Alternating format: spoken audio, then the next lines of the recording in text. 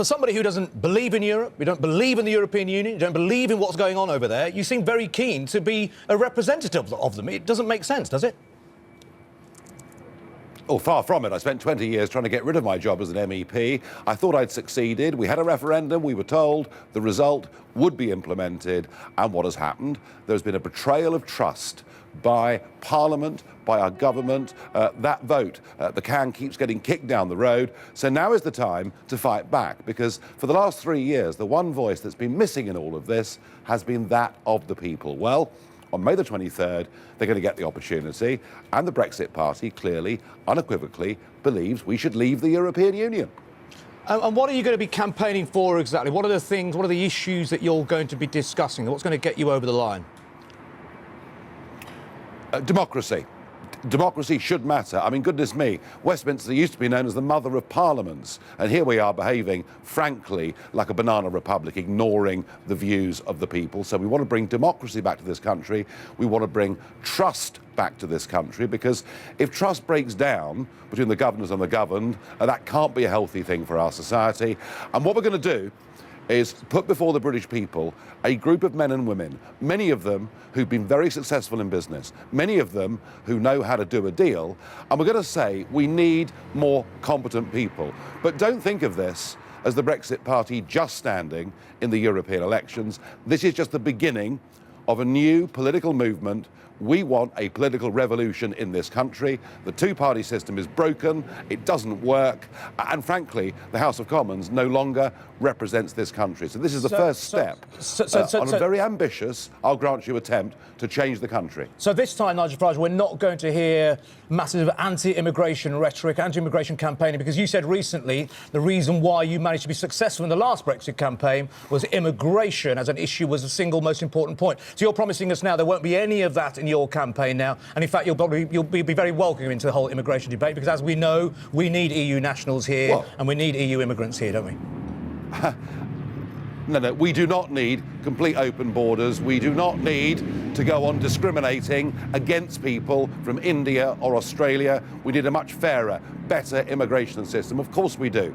But the salient point now is not immigration. It is trust and democracy. There are millions of people out there who literally feel betrayed by politicians, who've broken promise after promise.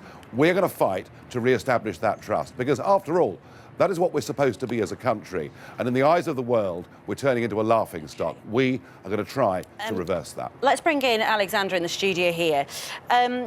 What Nigel Farage is saying there is something that is being echoed in parties around Europe, isn't it? He's not alone in seeing that democracy is being seen as failing people.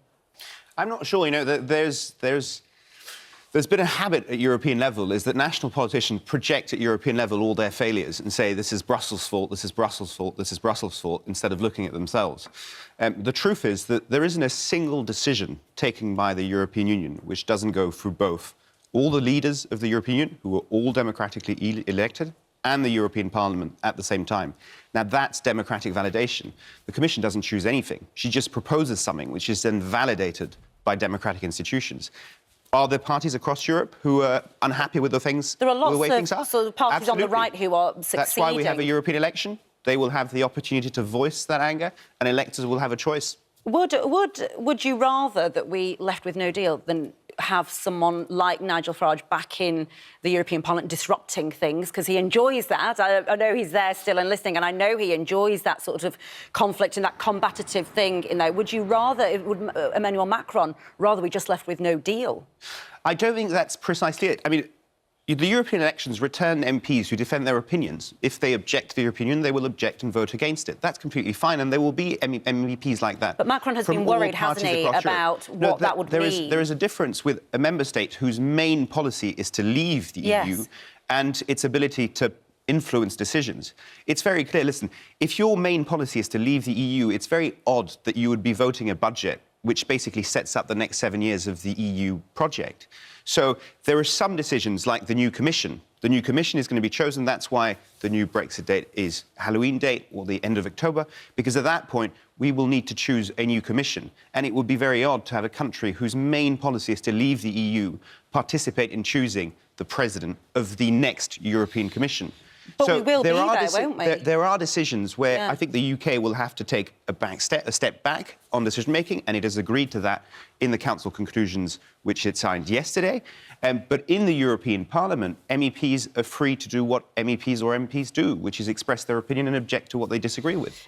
Macron has taken quite a hard stance. The feeling was that when this date came about of October the 31st, it was seen as a victory for Emmanuel Macron, as opposed to giving a longer date, as others may have wanted, or agreeing to what Theresa May wanted. We always think, or the conversation here from Remainers and others, is that no deal would be terrible for this country. That's what the Treasury's been saying. What would be the impact of that if that were to still happen on France? Because it would be bad for them as well as us, would it? In your The view? impact is negative on everyone. I mean, there's been a very consistent, line taken by everybody across the 27 member states from the beginning of the referendum campaign here, is that the impact is negative on anyone. Now, depending on the solution that you take, the impact is more or less negative. And Brexit, for us, in our view, is the worst solution for everyone collectively. Now, that being said, it's very clear today that that decision lies in London. It is a UK domestic problem, and it's up to UK politicians to decide what they want. We need, as Europeans, a parliament who can express a will, a desire of one path forward, not just a rejection of every path. Every other option. Well, let's go back to Nigel Farage. Firstly, are you a no-deal Brexit party? And secondly, are you afraid that we might not ever leave? Well, look, I, for 25 years, campaigned for a free trade deal with the European Union. I was a businessman for 20 years before getting involved in politics, but it's all too late for that.